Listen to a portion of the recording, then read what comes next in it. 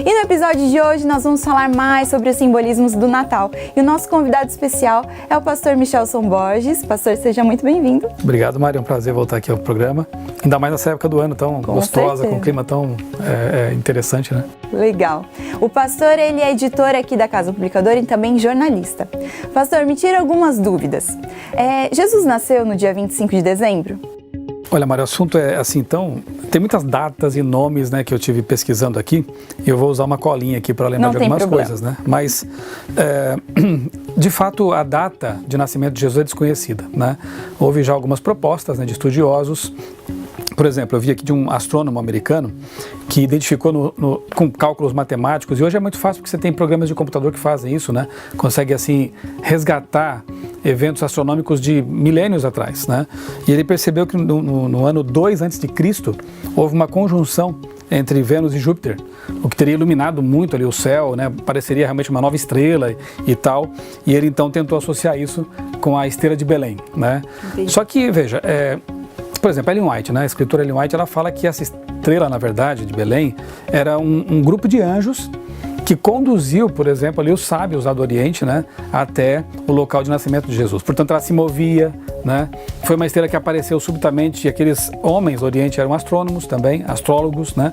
E eles identificaram aquilo como uma coisa diferente no céu. Então não era necessariamente apenas um fenômeno normal, astronômico, né?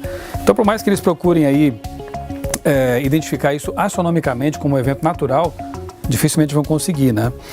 Outra coisa que nos faz pensar é que no dia em que Cristo nasceu, os pastores estavam lá no pasto com seus rebanhos, com suas ovelhas, e em dezembro, especialmente no fim do ano, né, o correspondente ao nosso dezembro, aquela região é muito fria, chega a nevar ali, e dificilmente os pastores estariam no campo com suas ovelhas, né, ali numa boa para depois assistirem, né, aquele coral de anjos que anunciaram, o coral que anunciou o nascimento do Salvador. Outro astrônomo chamado Colin Humphreys, ele apontou duas datas alternativas, 9 de março ou 4 de abril do ano 5 a.C. Esse é um detalhe interessante também, né? Todos os pesquisadores sabem que Jesus nasceu antes de Cristo, o que parece até engraçado, mas na verdade, de fato, houve um erro, né, no calendário, e Cristo nasceu de 3 até 5 anos antes daquilo que se convencionou ser o ano do nascimento dele. Isso não há dúvida mais. Cristo nasceu antes de Cristo, por mais estranho que pareça. Agora, a data exata realmente, por exemplo, Clemente de Alexandria, né, um estudioso cristão, um escritor cristão, ele coloca já como sendo 20 de maio o nascimento de Jesus, né? Alguns outros estudando esse assunto creem que ele possa ter nascido entre setembro e outubro. Então você vê que tem uma boa divergência, né? Agora a Bíblia, o que diz sobre isso? A Bíblia também não aponta a data exata, né? E provavelmente até porque Deus não quisesse algum tipo de idolatria relacionada com a data, talvez. Enfim, aqui a gente pode elocubrar algumas coisas, né? Mas, se a gente for, por exemplo, a Mateus 2, verso 1, ali é dito que Jesus, ele nasceu antes da morte de Herodes. E se a gente for ao calendário, a gente pode então estabelecer, assim, com algum grau de precisão, os primeiros meses do ano, e não o último mês do ano do calendário que nós seguimos hoje, né? Então, poderia ser, quem sabe, ali por volta de março, abril, maio, por essa época. Mas a data exata, desconhecida. Então, dia 25 foi uma junção dessas teorias, e aí eles colocaram um dia especial para o mundo se comemorar ou relembrar o nascimento de Jesus, né? Na verdade, o dia 25 tem alguma origem um pouquinho pagã também aí na história. Então, pastor, o senhor falou que Natal é uma data pagã que foi cristianizada. Agora, existem outras datas que podem ter acontecido isso? Mari, de fato existem, né? Existem realmente datas que foram, assim, substituídas, digamos, né, bíblicas que foram trocadas, mas o fato é que, e isso é bom ficar bem claro, né? A única data, a única, assim, celebração bíblica que tem um momento marcado na história e que Deus ordena que seja celebrada naquela data é o sábado, né? Que vem lá da criação, lá em Gênesis capítulo 2, a gente já vê a instituição do sábado, e que no mandamento, lá em Êxodo capítulo 20, é repetido, né? Lembra-te do dia do sábado para o santificar, 6 dias trabalharás e tal. No fim fala assim, porque o sábado é o 7º dia. Então essa é a única data bíblica realmente que nos é pedido que observemos no dia correto, que é o 7º. E uma afirmação tão forte, né? Que é a data certa, que é o 7º dia. Então me conta como é que surgiu o Natal. Ok, vamos lá. A história do Natal é interessante, de fato ela tem que ver com uma celebração que era feita pelos pagãos mesmo, né? Pelos pagãos lá no começo da história da era cristã. Então, por exemplo, a Enciclopédia Barça, né, ela coloca como sendo ora 6 de janeiro, ora 25 de março também, né? A data provável para o nascimento de Jesus. Agora, 25 de dezembro ele tem origem em 440 a.C. Desculpa, depois de Cristo, já na nossa era, né? 440. Que teria sido então o primeiro Natal celebrado em 325 depois de Cristo em Roma. Então há assim alguns historiadores que colocam isso aí. O que parece não haver dúvida é que o Natal no dia 25 de dezembro tem que ver realmente com a celebração do Natalis Invicti Solis, né? Que quer dizer o Natal do Sol Invicto, do Sol Vencedor, porque aqueles pagãos adoravam realmente o Deus Sol nessa época, né? Algumas celebrações foram feitas na Colina Vaticana, já na época de Constantino. Constantino tentou fazer um sincretismo, uma união aí, né? Como um bom político ele era, né? Tentou unir aí os interesses cristãos com os pagãos, né? E aí ajudou a dar força ao estabelecimento da data do 25 de dezembro, que tinha que ver realmente com algumas celebrações, como eu disse, pagãs, né? Outras fontes aqui, como por exemplo o bispo romano Libério, né? Teria celebrado pela primeira vez o Natal em 25 de dezembro, já no ano 354 depois de Cristo. Então aqui é uma pequena divergência, mas parece que ali pelo ano 300 a coisa começa, né? Entendi. A festa Saturnália também poderia ter alguma relação com o Natal, já que em 17 de dezembro, né, eles celebravam então uma festa, né, pagã também, mas que envolvia alegria, troca de presentes, e talvez estaria aí a origem também desse bom hábito, né, que a gente hoje também tem, de trocar presentes uns com os outros aí. Entendi. Agora, e a figura do Papai Noel, como é que surgiu? Talvez a gente pudesse até pensar numa outra questão, Mari, antes do Papai Noel ainda, né? Já que eu falei em paganismo, né? Alguns podem perguntar assim, especialmente cristãos mais zelosos, né? E nós todos somos zelosos também, né? É correto então celebrar o Natal, já que ele tem uma relação ali com a história pagã também, né? O fato é que a Bíblia não nos ordena, não nos orienta, né, a celebrar essa data, né?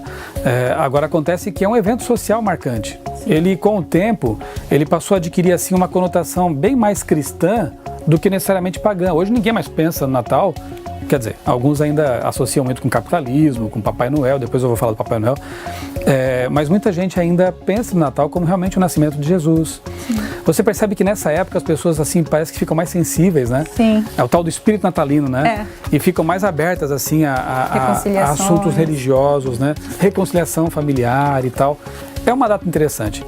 Nós adventistas, assim como aproveitamos, por exemplo, a Semana Santa, a chamada Semana Santa, embora saibamos que a Páscoa, né, na verdade, não tem assim um sentido real mais pra gente, porque Jesus, ele é a nossa Páscoa, ele colocou a Santa Ceia como realmente uma espécie de substituição à Páscoa que envolvia ali as leis cerimoniais, mas aproveitamos esse momento também na história, esse momento anual, né, para pregar a Bíblia, a mensagem de Cristo, Cristo como nosso Cordeiro Salvador. Nós também podemos aproveitar o Natal, essa época, né, para levar as pessoas a uma reflexão mais profunda sobre o significado do nascimento de Cristo. Por que ele nasceu? Por que ele, sendo Deus, se fez homem, né? Então eu creio que é uma data realmente muito propícia assim, para a gente refletir sobre isso e levar as pessoas a refletir sobre isso. Com certeza. E né? essa é uma das maiores questões, assim, como que Deus saiu lá do céu. Tremenda, né? Para vir aqui. Né? A maior notícia, o maior milagre, né, de todos os tempos, né? Deus se fazer ser humano, né?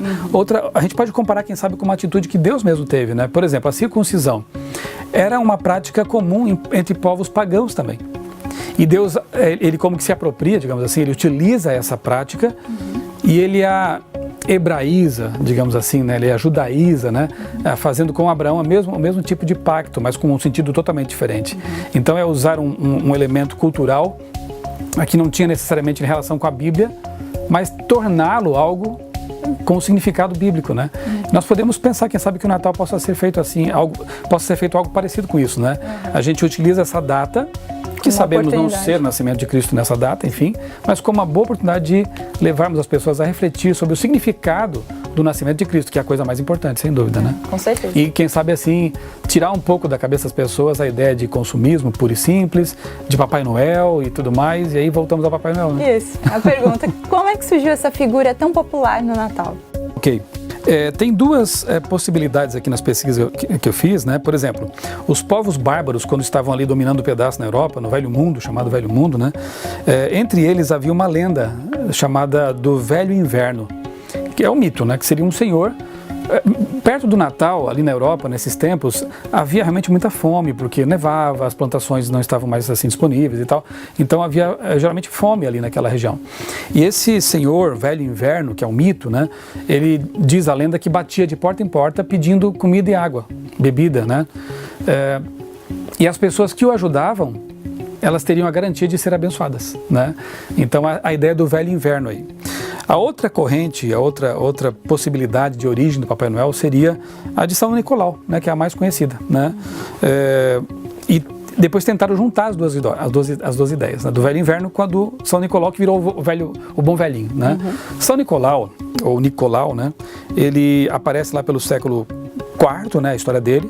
Ele foi de fato uma pessoa que existiu, diferentemente do Velho Inverno, e ele então era um clérigo, né, um religioso católico, e ele então salvou uma garota, uma moça, de ser vendida pelo pai, porque ele não tinha dinheiro de pagar o dote, né? Então esse Nicolau, ele chega então com um saco de dinheiro, de ouro, e ele coloca sobre a mesa e ele resgata essa moça, né? Ele a livra de ser vendida como escrava, né? Aí 5 séculos mais tarde, a Igreja Católica canoniza Nicolau, ele se torna então para eles o São Nicolau, né? E o dia 6 de dezembro passa a ser tido como dia de São Nicolau. Bom, mas como é que isso aí entra então na questão do Natal, né? No fim do século XIX, um desenhista alemão chamado Thomas Nast, ele se apropria dessa ideia de São Nicolau, que é uma ideia interessante, né? Também do velhinho lá do Velho Inverno, né? E ele então cria uma figura, ele desenha uma figura que é estampada depois na revista Harper's Weekly, uma revista americana. Só que ele parecia mais com um duende, para falar a verdade, assim, né, para ser bem honesto. Parecia um duende, baixinho, aquela aparência meio estranha, mitológica, né? Com o tempo, esse desenhista vai aprimorando essa figura, concede a ela uma barriguinha mais proeminente, né? Aquela barba espessa, branca, e vai tomando forma, então, o Papai Noel. Somente em 1931, que um publicitário chamado Haddon Sandblom, ele é contratado pela Coca-Cola, pela empresa de refrigerantes Coca-Cola, para criar então uma figura que remetesse à própria marca, né? Entendi. E é então esse publicitário, Haddon, que dá as vestes vermelhas ao Papai Noel, que vem de Nicolau, que também vinha lá do Velho Inverno. E aí a figura se consolida e... Então a figura do Papai Noel, ela demorou algum tempo para ser criada da forma que nós temos hoje? Desde do século IV a.C., né? Depois de Cristo. Ela vai sendo construída, né? Até chegar ao que temos hoje. Para nós aqui no Brasil fica até um pouquinho estranho, porque ele remete ao inverno, à neve e tudo mais. Talvez o nosso Papai Noel aqui devesse ser alguém com uma roupa verde e de bermuda, né? Sim, e mas, na maior parte do Brasil é calor nessa Exatamente, né? Mas fica aqui então essa, digamos, reflexão de que, na verdade, o Papai Noel meio que se apropriou de um simbolismo, de uma data que tem tudo que ver hoje com o cristianismo, né? Então as pessoas deveriam refletir um pouquinho nessa questão de que Natal é Jesus, não o Velho Inverno, nem Nicolau, nem tampouco o velhinho de roupa vermelha da Coca-Cola, né? Sim.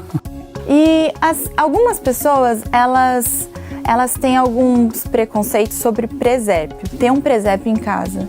Qual que é a sua opinião sobre presépio? É certo, não é certo? Olha, você perguntou a opinião, eu vou dar a opinião então, né? Assim como a data em si não tem realmente um significado literal, porque não foi ali que Jesus nasceu, todos os elementos figurativos, né, luzes, a própria árvore, né, sobre a qual já foi falado aqui no programa, são apenas símbolos, né? Que ajudam a reforçar, quem sabe, o clima, o momento e tudo mais. Eu não vejo particularmente problema, né, em se usar uma árvore, em se usar, quem sabe, um presépio, né?